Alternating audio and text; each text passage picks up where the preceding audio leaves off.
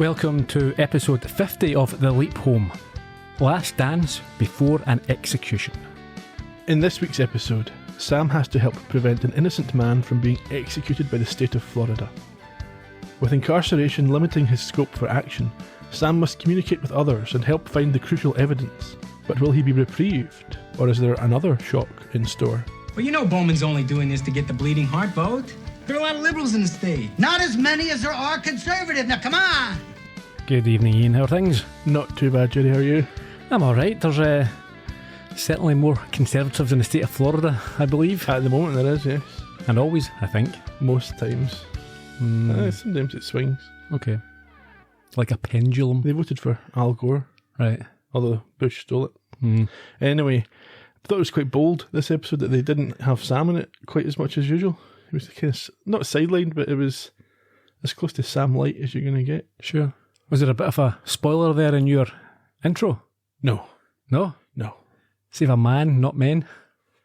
Okay. Well, but you don't know which man I'm talking about. So it's okay. I don't think anyone at this point has not watched the episode. No. We'll have to be quick with this one. I'm out tonight to see Annie, the musical. Your granny, or Annie, the musical. Yeah. Okay. And it's going to be very warm. Yes. It's toasty here. People in warmer climates maybe won't sympathise too much with us. Oh.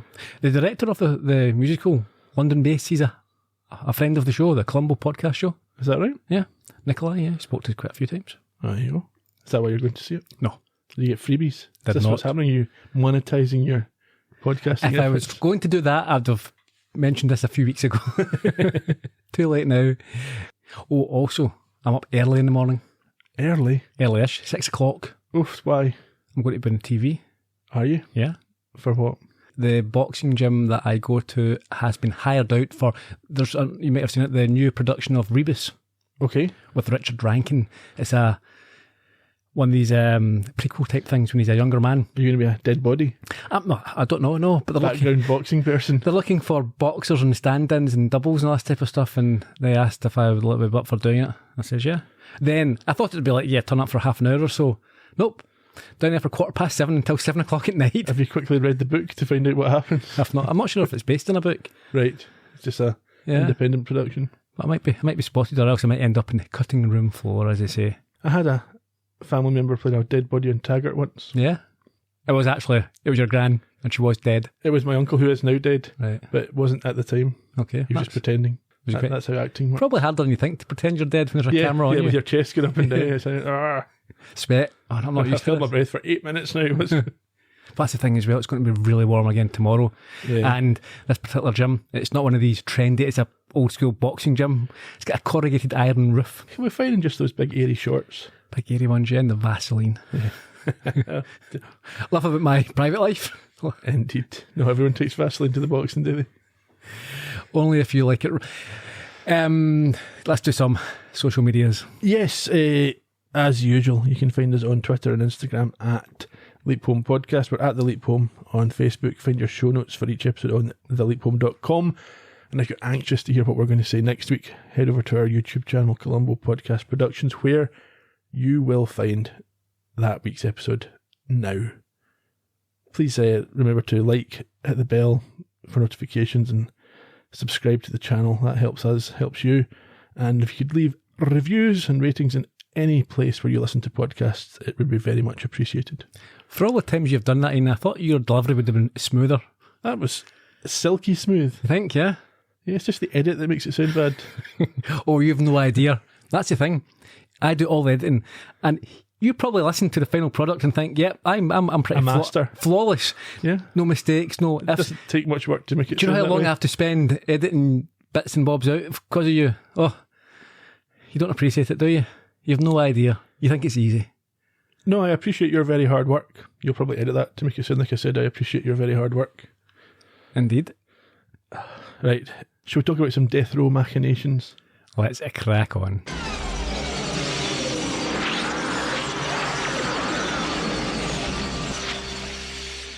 I'm surprised you didn't have an electric pun there for you. I was going to. Yeah. It occurred to me as I was saying it, and I couldn't think of one quickly enough, so I thought, it's getting too warm, I've not got enough time, let's go on with it. Let's just crack on. Shocking Mr. Bond or something, I don't know. Currently, yeah. the tag is the same as we saw at the end of last week's episode. Sam leaps into this prisoner being strapped into the electric chair and starts to panic. You would do. Oh, by the way, sorry, before we got right into this, I set you a task last week. I completed the task. Did you? Yes. Remind me what it was. I have to watch Midnight Run. I take it you done it at the last minute. No, I watched it that night. Did you? Yes. And thoughts? I like the fact that the main villain is that priest from Father Ted that gets hit by lightning.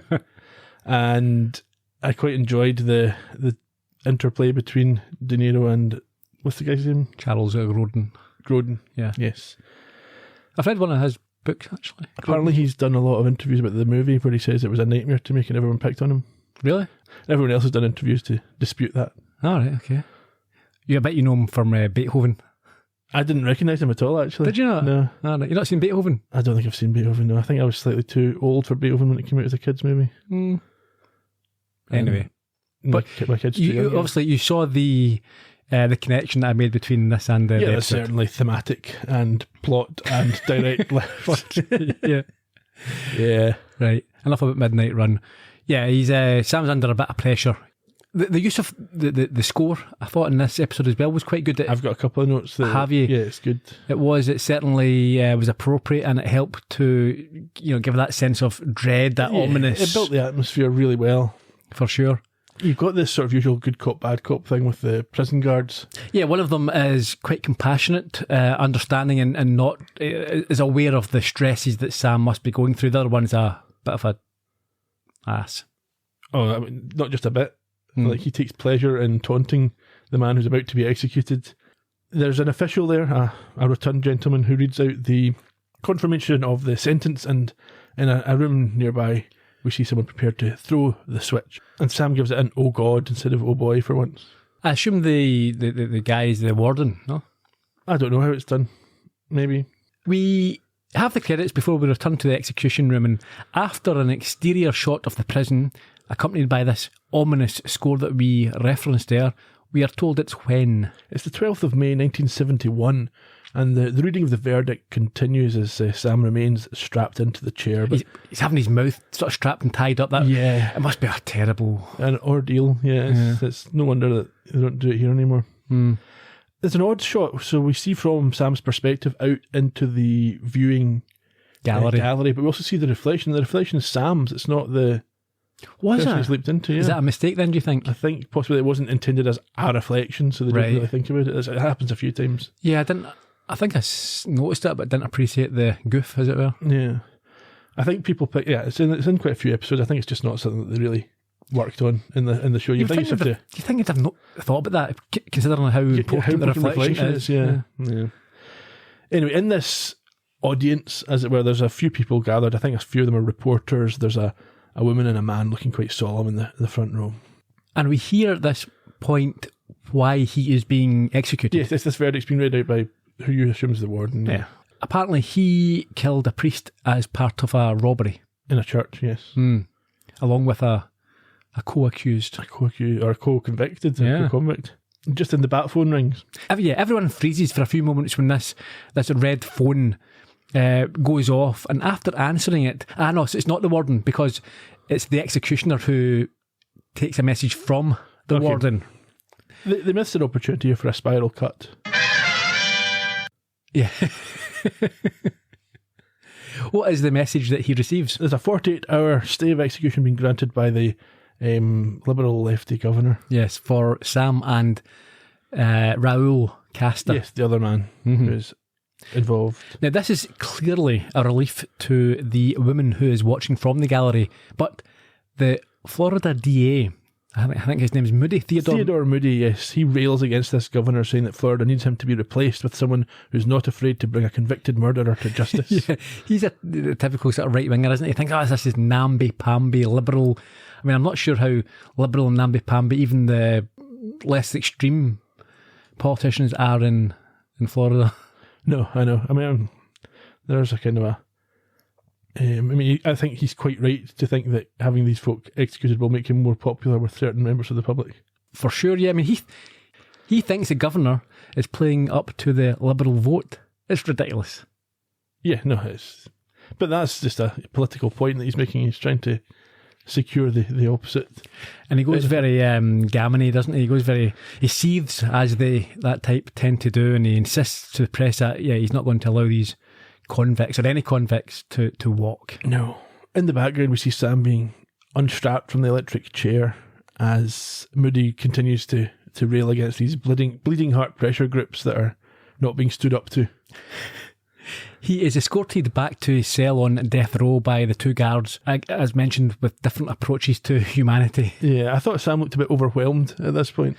He does well throughout this episode, I thought, in showing the sort of terror, the panic, the almost inertia that it causes, the freezing. Yeah.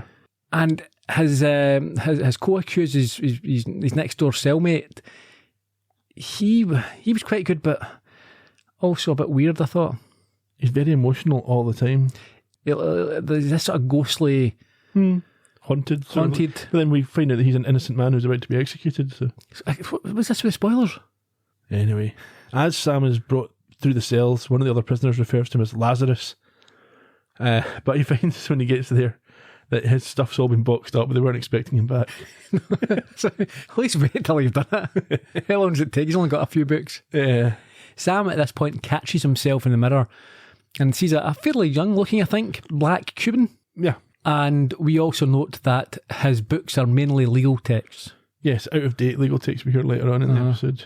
And when the guards leave, the prisoner next door, who is Raoul, he weeps as he commends Sam for reading these books and doing what he said he was going to do, i.e. get some sort of reprieve. He calls him mi amigo, his friend. We then cut across to the DA's office where Moody is talking with moron number 1 and moron number 2. Yeah. And he wants to know what kind of an appeal an illiterate Cuban prisoner could write. They don't know exactly what it was, other than that he claimed there was evidence that was admitted during the trial. Yeah, one of the morons suggests, as we heard at the top of the show, that the governor's only doing this to capture the Liberal vote. Okay, sure. Now, Moody asks where Tersa is, as apparently she knows all about this case, and what's he told? He's told that she's at the prison doing paperwork. And they again ponder what the reason could be for this stay of execution, but Moody dismisses the idea that it was because they only took 6 days to convict.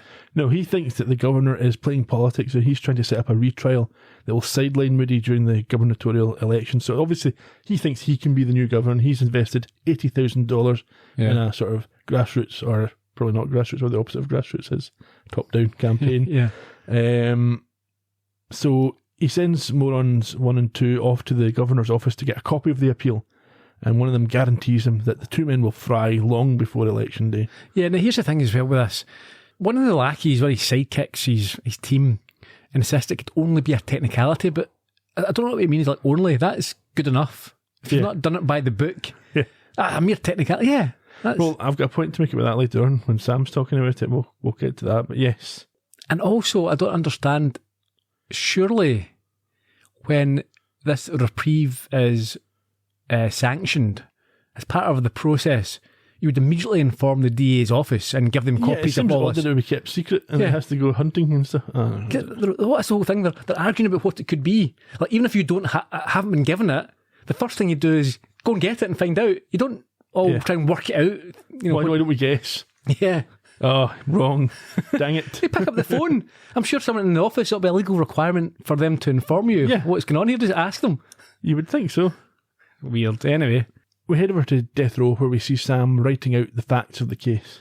And Al appears, who is faced with his very distressed friend. You writing a great American novel? Where the hell have you been? I almost died in the electric chair. Sam, it's not always so easy to find you. What are you right talking after about? I was in the leave, electric chair. Where were you? It's not like you're lost in a mall. You're lost in time. I got here as soon as I could. I'm sorry, Sam. Okay, all right. You find anything out from Jesus? Well, he's out cold in the waiting room. We can't revive him. Dr. Beeks thinks that Jesus thinks that he's already dead. So he's slipped into kind of a comatose coma or whatever. Well, tell Beeks to bring him around. Well, you can't just dump a bucket of water on his head and say, hey, get up. You're not dead. You're just 25 years in the future. These things take time, Sam. I don't have a whole lot of time, Al. Okay, let me just get this thing in the right mode. According to Ziggy, you die on the 14th of May, 1971. That's in 2 days. I got that, Al. Why? Why? Why? Well, probably because you can't live with 2,000 volts of electricity rushing through your body. Why was Jesus executed? Well, you and Raul were convicted for robbery and murder. According to Ziggy, they admitted robbing the church, but they deny killing the priest. So you're probably here because they're innocent. Yeah, but they got 3 eyewitnesses, Al, including the dying priest who can put us both at the church. Plus the ballistics test would show that the gun that they found in Jesus' apartment matches the gun that killed the priest. Well, what if they're telling the truth? What if they did rob the church, but they did not kill the priest? Ziggy says there's an 83% probability of that. All that I'll have to do is then figure out who murdered the priest and save my life. Jesus' life. No, my life. I was the one in that chair this morning, Al. And I'm the one who's going to be in it the day after tomorrow unless I can figure out whatever it is that Jesus couldn't figure out. What are you doing? Cursing your press release? Now, that's interesting. We have identified exactly when the present day is in Quantum Leap. 25 years. Yeah, and that was 1971, so it's 1996 it's set. But then he could be speaking roughly. 25 is a round number. Yeah, he could be, but I'm going to take him at his word there. Okay. We heard at the end there the guard show up to take Sam to see a lawyer that's come, and Al's quite pleased about this. He thinks this is where the answers are going to come, but Sam, we see, is quite unhappy at being handcuffed. You get this sense from Sam that he is personally almost offended by the fact that he's being treated as a prisoner, even though he's leapt into a prisoner. Yeah. And also, we've discussed this before, but at no point in this episode, and this is the type of episode where he doesn't actually say, "Oh, confirm what happens if I die here. Tell me how this works." Yeah. Anyway, we go to the visiting room where Al immediately starts perving on Sam's visitor. Yeah, but that's about all the perving we get for this week. It's not appropriate, is it, really? No, it's really not. It reminded me a little bit, obviously, reversed positions, but the episode back in, was it season 1, where Sam was the lawyer? Yes. And he had the client on death row. Yeah. It's the same sort of room, the same sort of close atmosphere. And sweaty. Dark. Yeah. It's not quite as sweaty. No, it's not. Nothing's as sweaty as that episode. Yeah. Except maybe here today. So yes, the lawyer is the woman that we saw in the opening scene in the front row of the audience at the execution. Yes, she hugs him and exclaims that they did it and have a chance of stopping Moody killing the pair of them. That seems premature. Yeah, it's 48 hours. It's not, it's not a year or a month or anything. Yeah, what you got to do in 48 hours. And it turns out that she is Tersa. Yes. Do we find out here who she works for? Yeah, well, yes, we do. We do, yes. She works for Moody, who is the DA. She's a spy, effectively, here. Turncoat. Who knows who her true master is?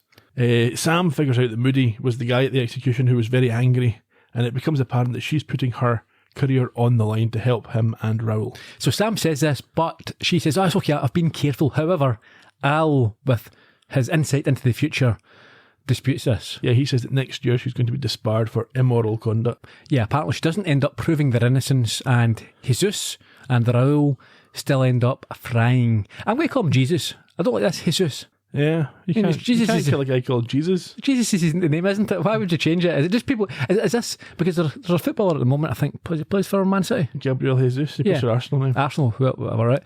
But over the years there've been a number of footballers actually. Do people call it Jesus because they don't want to be sort of disrespectful? I think it's just the Spanish pronunciation. They probably call Jesus as well. You think? But it reminds me of, you've seen Die Hard 3. Of course I have. When Samuel L. Jackson gets called Jesus. He's like, he said, "Hey, Zeus." And I'm actually, coincidentally, I have been watching the Die Hard movies with the boy. How's he enjoying it? He's enjoying it, yes. We've watched Stop at number 3, though. Yes, I've said that to him. We've watched the first, we've got 10 minutes left of the second, and I said we'll watch the third. He's only 10. Is he going to school with the yippee-ki-yays? Well, he's been told that it's okay to hear these things as long as you don't say it. In front of your mother. Yeah, and I'm also as well a bit wary about any spoilers in terms of things like Christmas and that, which I don't really want to. Yeah, you don't want Santa to be disproved. No, that's why you have to avoid gremlins. Yeah, he's getting to that stage, but you don't want to make it premature. Yeah, you want to have one more magical Christmas. That's it. Before you wreck it for the whole family. Anyway, where were we? So Al is about to say that, well, he phrases it really weird. I think he says she gets a life sentence as a social worker. Yeah. As if that's something terrible. It seems a reasonable occupation. It does, but I can't remember, but I think he references like in some sort of, backwater somewhere, so it's not... Working with deprived people probably suits her perfectly. Yeah. Anyway, she's excited and confident because... Yeah, the governor saw the inconsistencies in the ballistics report and has called for an examination of all the evidence. Yeah, apparently the bullets didn't match up. Well, they don't match as conclusively as Moody presented at trial.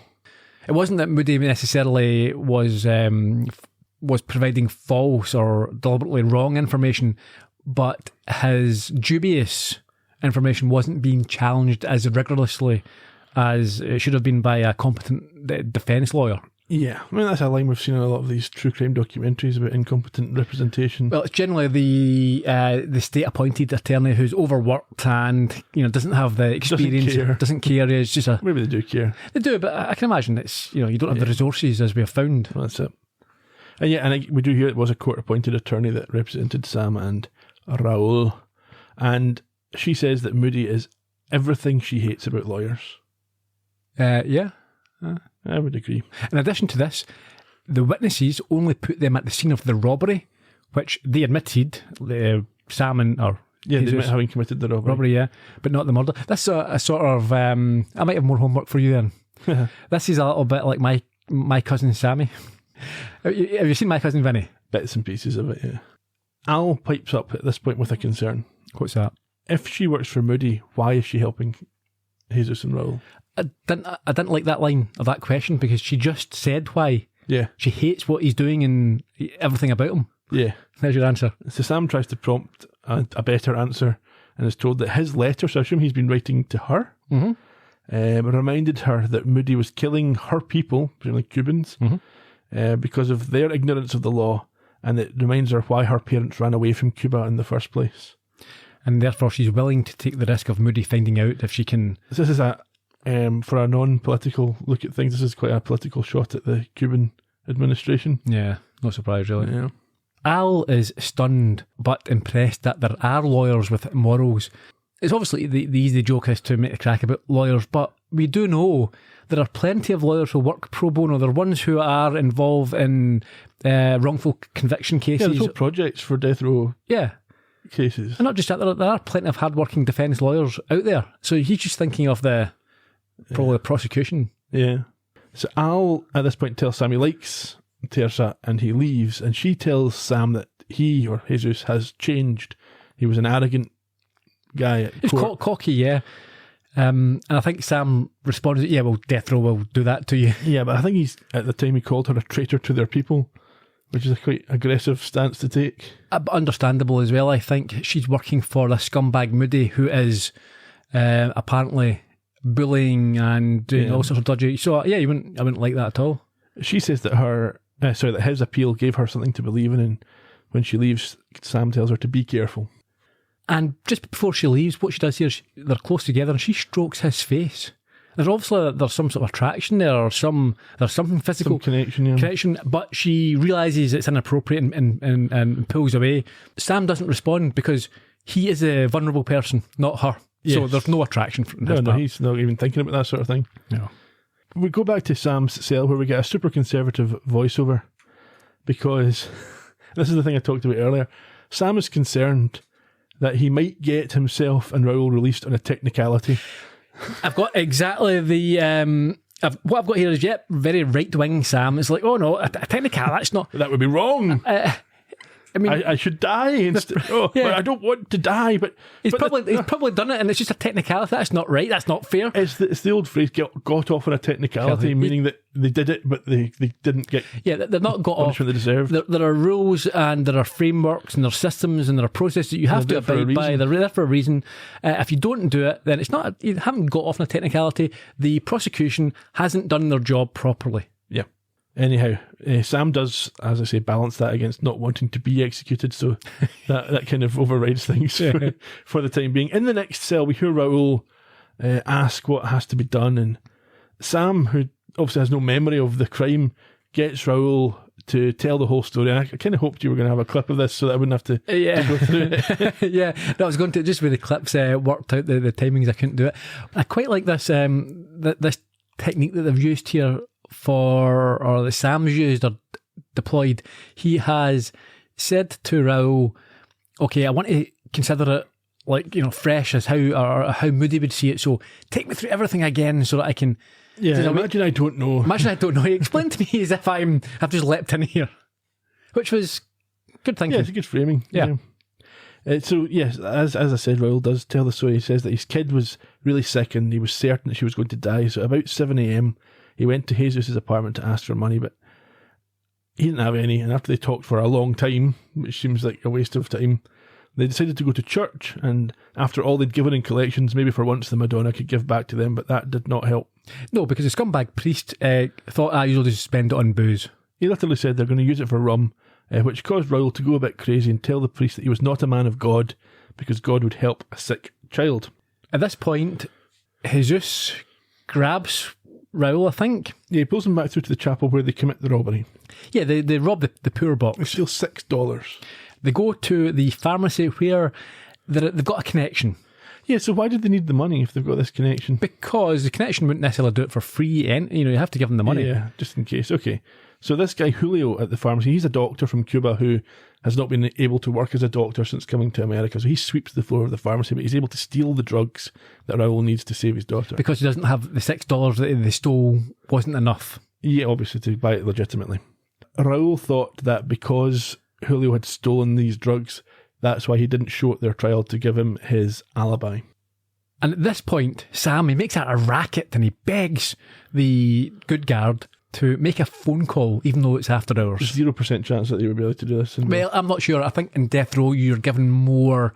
So he's got hours to live, maybe. Yeah. Okay, we'll let him off with it. He does make that point himself. We then see him on the phone with Al next to him, to Teresa. How did he phone her? Did she give him a card? What numbers? He's dialed Moody's office.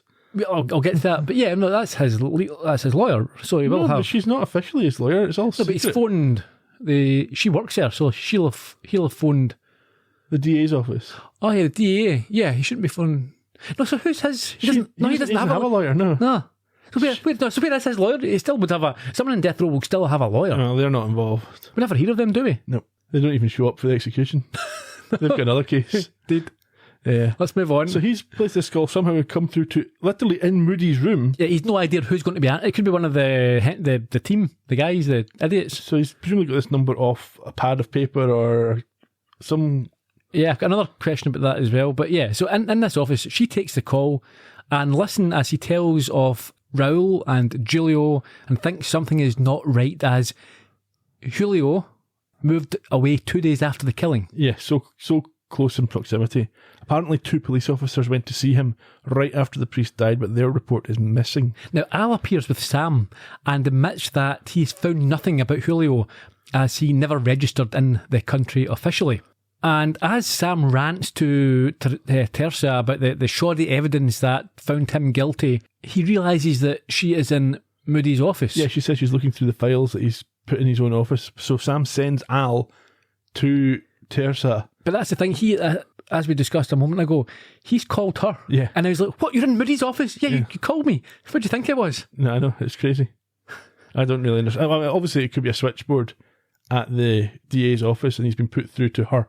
But surely she's not given the number. Yeah, how's the receptionist knowing that she's in that room? Yeah, and she must have said, listen, I'm doing this for you. Do not be contacting me here at my work. Exactly. You can still be a record of her speaking to him, which is what Moody's on the rampage about. Yeah. I don't understand how that's worked out. But he should have called her. She should have given him our home number. Or a mobile, which we wouldn't have in 71. No. Pager, do they have them? I don't even think they would. No, just be a home number. Phone me here. But obviously we need this bit of drama because what happens, Al spots... So Sam sends Al to Moody's office, centres on Teresa. He looks out the window and sees that Moody is arriving. So Sam tells... Well, first of all, Al shouts this. So Sam hears Al over the phone. I don't think we knew that was possible before. No, how does that work? So obviously brainwave connection and stuff. But how does that work across a phone line? I don't think it does. That seems really odd to me. I don't think we've ever seen this before. Because think about it, if that was a sort of party line... Yeah, with other people on it, they would potentially have to hear Al as well, but they can't. If they're all in one room, only Sam would hear Al. Yeah. So over the phone, is it the same? Is it still just only Sam can hear Al? But Al's voice has to be sent by... Yeah, how does the phone pick it up? Yeah. Let's put it this way. If someone put a tape recording in the room, Yeah. would the tape recorder pick up Al No. speaking? No. So, But then if Sam put the tape back, would he hear Al on the tape? So maybe it records it, but just other folk can't hear it. Sure. I don't understand No. if that's... I mean, let's just assume that's what it is. It must be what it is, but... Okay.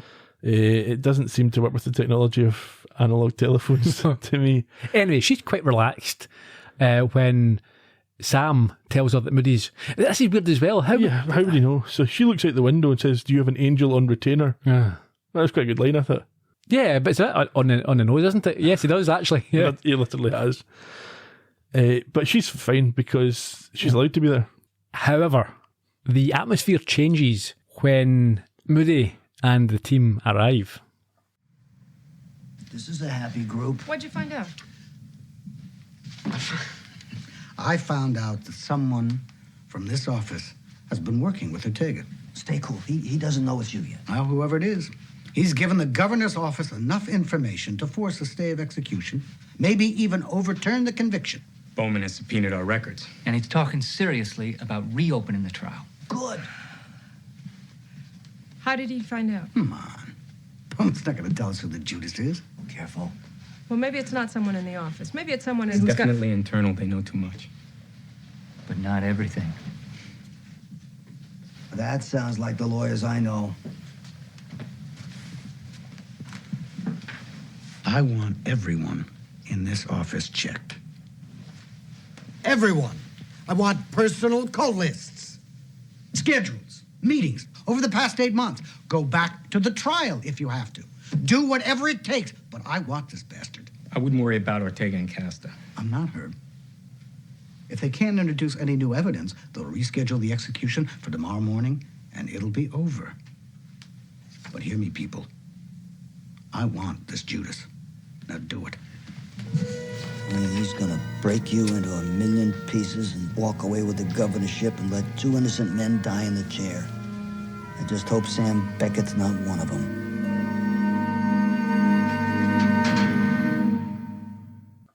So we think that Moody doesn't suspect Tersa at this point. I don't think so.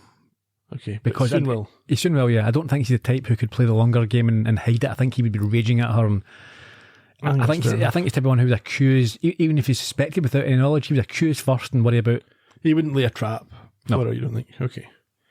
We head back to Death Row where Tersa meets with Sam, but is much less optimistic because nothing's been found and the executions have been rescheduled. Yeah, she says she needs more time, and the senator would only give them that if they had more hard evidence, which they don't. Sam's got a harebrained plan. What's that? They're going to use Al's hand link to locate the bullet and then... Okay, yeah, before that, he asks her what a through... A through and through is, yes, which is a bullet that passes through somebody, and it was never found. So he points to the coroner's report, which showed where the priest was shot and where he was lying, his body's position, etc. And as you say, he thinks that if a bullet passed through, then they should be able to work out roughly where it would have went, because this second bullet hasn't ever been discovered. No, that's right. So he urges her to go to the church and find the bullet, and she thinks this is nonsense, that they've only got a few hours till he's to be executed. There's a better use for this time. But Sam points out to her that there really isn't. There's nothing else you can do. Just go and find the bullet.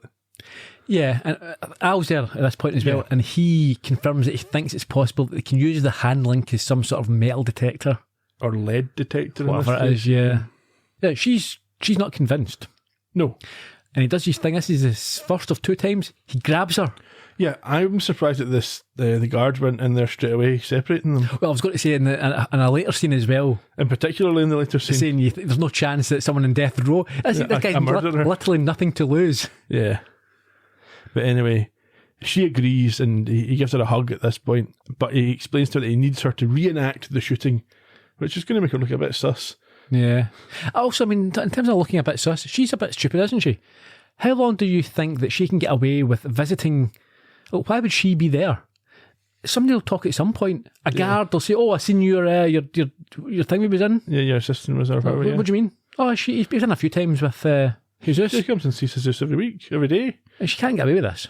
It's going to come out in the end. And especially this isn't, you'd imagine she... You would think they would keep records as well. And of course. And if she's doing it with Jesus, you know, if that's her I don't drive. think she's doing it with Jesus. Well, if she's doing this for Jesus, she'll be doing it with other people as well. So eventually she's got to get caught. Oh, for sure. We skip ahead to the church where we see candles burning and Teresa's there and Al shows up. Yeah, she has lost her enthusiasm by the time she gets there. I think she realises this is a very long shot.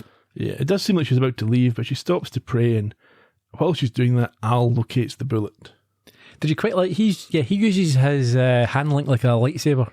Yes, it looks like he's holding a torch under it, to be honest. And she isn't looking at all, so he's doing it himself. I think he's a bit disappointed of her lack of enthusiasm. Engagement, yeah. Mm-hmm. And she's up to leave, and he shouts, don't leave or stop or something. Yeah. And she does stop, and he's obviously wonders if she can... Yeah, but he thinks, nah, it's not possible, it wasn't. These are one of these sort of little hints, isn't it, that having this show that perhaps there was, that she could, that there's been a few times that's happened, isn't it? A sign, yeah. So, she turns round, but she's not going to look, she's going to pray. Yes. She kneels down, she starts talking out loud, which is unusual in a sort of open voice. Dear God, show me the bullet. Yeah. I mean, I'm not sure if people generally pray like that. It's maybe not in the Catholic Church. I don't know about... Yeah, that's more of you do it as an internal thought you have. Maybe a Baptist place. I don't know what these other religions do. Anyway, what happens here?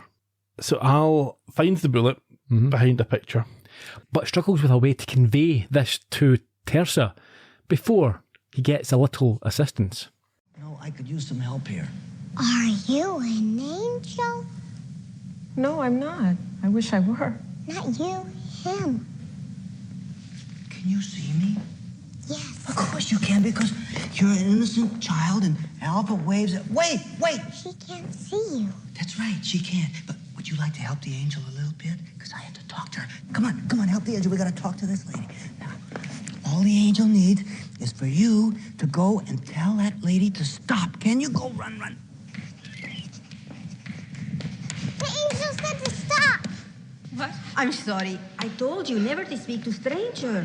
No. The angel wants me to tell her. Enough. I'm sorry. It's okay. Say her name. It's okay. It's Teresa. Teresa. Just say the bullet. The bullet. Wait. Senora, please, wait. I'm sorry. I don't know what's wrong with her. She never acts like this. Now listen to me closely. Tell her it's behind the frame. It's behind the frame. The bullet. The bullet. She sees too much television. Senora, wait. Please, I was praying to the Madonna to help me find a bullet. I think she's letting me know through this child's words. A miracle? I think so. Is the angel still here? Oh, yeah. Can he tell you where the bullet is? The lower left-hand corner. The lower left-hand corner. The picture of the Madonna. Picture of the Madonna. Thank you. Oh, thanks, honey. You've got an angel that owes you one. Teresa now thinks there's some kind of miracle going on and starts to inspect the area that the girl tells her the bullet will be. Yeah, she's in tears because of this and does in fact find the bullet. The physics behind this, as explained later, doesn't really make that much sense to me, but anyway. Well, yeah, it clips the frame and goes in the wall and the frame kind of slides back across. Yeah, but apparently they looked for 2 days, the police... Well, they didn't look behind the picture because how could it be behind the picture? The picture's not damaged. If it would have been... If a bullet hits enough to move it, then it's damaged the frame. Anyway. Back at the cell. Yes, Al is very excited. He tells Sam he's getting out. They found the bullet and it was behind the paint. He explains all about it, but I've noted here that Al has obviously never watched any crime documentaries because the chances of this actually being enough to get Sam or Raoul out is very low. Yes, and even if it was considered, it wouldn't be like an opening shot. Oh yeah, you found that, let him go. It would be like, he's had his appeals, I'm afraid. It would go through all sorts. You'd still be there for years debating this and what it actually meant and all that type of stuff. Yeah, but his boldness soon evaporates when Sam asks why he hasn't leapt. If this was the... Yes, and we get a stunning twist as Al looks into the future. He does. So Al is trying to answer his question by looking at his hand link, and I quite like this for a few moments. Sam's obviously suggesting, out of hope more than anything else, some possibilities as to why he's not maybe let. he's just to say goodbye to Tirsa or And something. I was like, yeah, could be, but you can see that as he's like, as time passes, no. Turns out the ballistic report confirms that Jesus killed the priest. After all this. Oh, he's guilty. He's going to be executed in 3 hours. So what about Sam? Sam's always one for, feeling things and knows that this person's innocent or this person's not. So at this point, Sam has no idea why he's here. No. And he can't think of any possible reason. Even though he's heard Raoul's story, where he explains that he was innocent and has an alibi, it doesn't occur to Sam that that's why he might be here. No. That's about me. I wouldn't do it, so therefore, Jesus couldn't have done it. Yeah. And if Jesus did do it, then, well, who gives a about Raoul? Yeah. At the end of the day, he's guilty. He's got to die in 3 hours. That's it. Yeah, well, in the visiting room. Tirsa's now furious with Jesus. Of course, Sam. because she's been lied to. And this is where Sam breaks character, as it were, because he can't cope. Well, he starts talking in the third person. Yes, we've seen this back in, I think, mostly season 1, a wee bit in season 2, where Sam would start to tell people who he really is, and then obviously he realised that was a terrible idea and never did it again, but in these desperate moments he's resorting to it once again. I mean, don't get me wrong, I'll accept that he should be acting strangely and oddly because he's about to die, so under that stress and pressure you can't expect him to be logical. He says to Teresa he's not Jesus, he's Sam, and she thinks he's mad.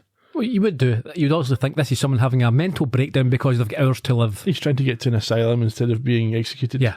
At this point, he pins her against a wall, as you mentioned earlier on, but the guards do not intervene. Crazy. And what is it he thinks he's going to achieve? Oh, I know, if I pin her violently against a wall, it'll make me look like I'm not a killer. Yeah, it'll make me look very rational. I mean, at the very least here, from the guard's point of view, he could take her hostage. I think what they're trying to show here is that Sam is desperate and has run out of ideas. Yeah, which is fair enough. Yeah. Just then, there's another dramatic twist. Yes. At this point, Theodore Moody enters. Well. It's so nice to catch the two of you together. Let it go, Theo. It's over. Over? Yes, for him it's over. For you, it's just beginning. For you, I have a special punishment to fit your disloyalty. It's hard to be loyal to the devil. Whatever happened to how much you admired me? How much you hoped your career would mirror mine? I didn't know you then. And what you were capable of. Convicting murderers? I thought they were innocent. They weren't. You'll have to pay for that, Tessa. You don't have to destroy her. She's a traitor. Because of her, you have your conclusive evidence, and Raoul and I will be dead in an hour. Now, isn't that enough? No. What is it with you? You won't be happy until everybody on Death Watch is dead? Your impending death has made you a very brave man, Mr. Ortega. I don't want to see Teresa's life ruined. You won't. You'll be dead. You are so cruel. I'm cruel? Yes. What about you? I trusted you. I gave you my confidence. I taught you the jewels of law, and you betrayed me. How many people have you betrayed? There are 5 men on Death Watch. 5 men you put there by pushing their cases through court. 5 convicted criminals. Who might be innocent. You weren't. Guilty, innocent. This is not about guilt or innocence. This is about you using their bodies to pave your way to the governor's mansion. Whatever it takes. Well, I'm going to make sure everybody knows what you are. I don't think so. I think that you will slither away with your tail between your legs because I'm having you disbarred for misappropriating information from my personal files and using it to aid and abet a convicted murderer. What? Teresa. See, Teresa, you made the ultimate mistake.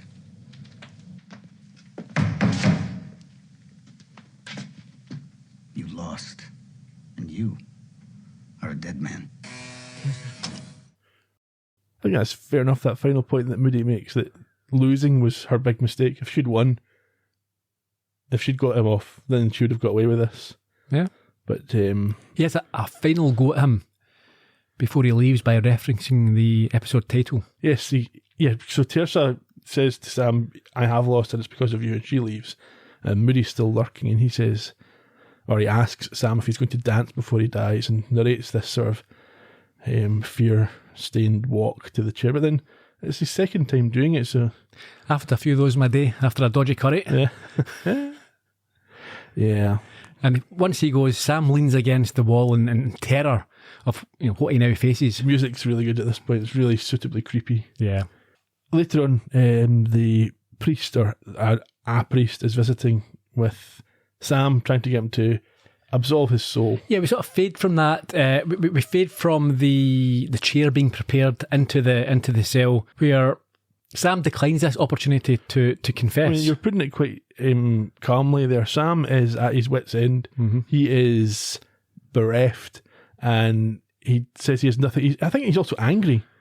He feels it's injustice is about to be done upon him. Yeah. He's going to be executed for some other man's crime. Yes, and I also like here, the priest is trying to rationalise. So Sam's saying, I'm innocent, and the priest has to try and rationalise this. Yeah. By saying that perhaps God is too busy to save him. Yeah, and Sam's not buying that because he's got a strong belief in God, and he says that God's not going to leave him there. But the priest ignores this and continues to talk about him leaving the world and advises him to go with his arms opened. I quite like the fact he just keeps dismissing it. Never mind that. Just it's fine. It'll be fine. Once you're dead, don't it'll be think fine. about the chair. Think about what's coming. At this point, Raoul returns and his demeanour has changed significantly. Things get very stressful at this point, yeah, because he now believes that Sam is allowing him to die. Sam has caused all this. Well, this is him finally realising that Jesus killed the priest. Yeah. Because up until then he believed they were both innocent. And now he's begging Sam to tell the truth as Sam is led away. Indifferent, really. He's screaming and he's crying.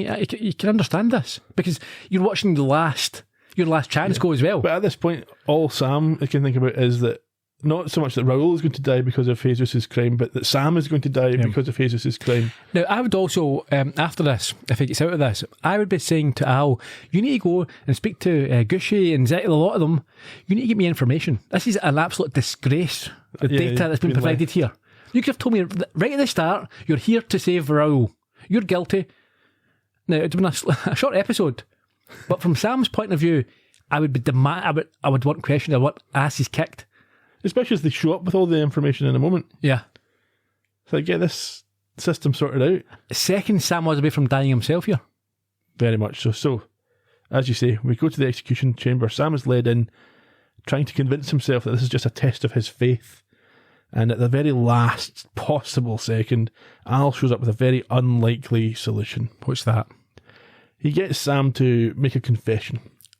He confesses that he robbed the church and murdered the priest, but did so alone, and then comes out with a whole lot of information that he couldn't possibly have. That's true. So, before we get to that, Al tells him that the leap objective is to save Raoul. Now, I've got an issue with this. Well, it's not just to save Raoul. It's to save Raoul and take down Moody. Yeah, okay, sure. But I don't think that if someone is literally seconds away from being executed, and he says, do you know what, it was just me on my own, that could very easily be just taken as you trying to save your friend. Yeah. Because you've nothing to lose now. Why would anyone care what you're saying? Yeah. They're certainly not going to make immediate phone calls on your behalf when you've killed someone and are confessing to it. Yeah. But yeah, you mentioned this taking down of Moody, so... So nothing that we've heard so far is really cause to take down Moody. He's just a mean, nasty lawyer. But Sam is about to give us information that, if true, does mean that Moody needs to be taken down. What's that? That he bribed Julio to disappear. Yes. And not give the alibi that Raoul needed. No, not just that. It's worse than that. In the initial statement he took, yes, he told Julio told him the truth. Yes, and Julio was told, all you need to do is stick to this story and everything will be fine. So Julio thinks he saved Raoul. Yes, it wasn't a case of bribing Julio and saying, right, you tell you. He's deceived Julio as well as bribing him, essentially. So he's got him a medical license in New York, so he can practice medicine, and all he has to do is give this statement that he believes is going to absolve Raoul. Now here's the thing, that is quite ridiculous, but that's the only way it could work, because if Julio had lied... Yeah, they would have had him as giving evidence. No, if he'd lied and said, Sam wasn't there, if Moody had just said to him, listen, you go away, lie and say Sam wasn't there, then disappear, and we'll get you your license. When this phone call's made, Julio would not have been able to admit it, because then he'd be on the hook. Yeah. So it had to have been done that way. Mm-hmm. Yeah. So anyway, Sam then literally reads out the phone number for the hospital where Julio is working and gives his new name. So Teresa thinking, oh, he's divinely inspired to some sort of hellish extent, runs across, makes this call, speaks directly. I was going to say, what's the chances, firstly, even if you can speak, what's the chances of this doctor in New York not being quite busy?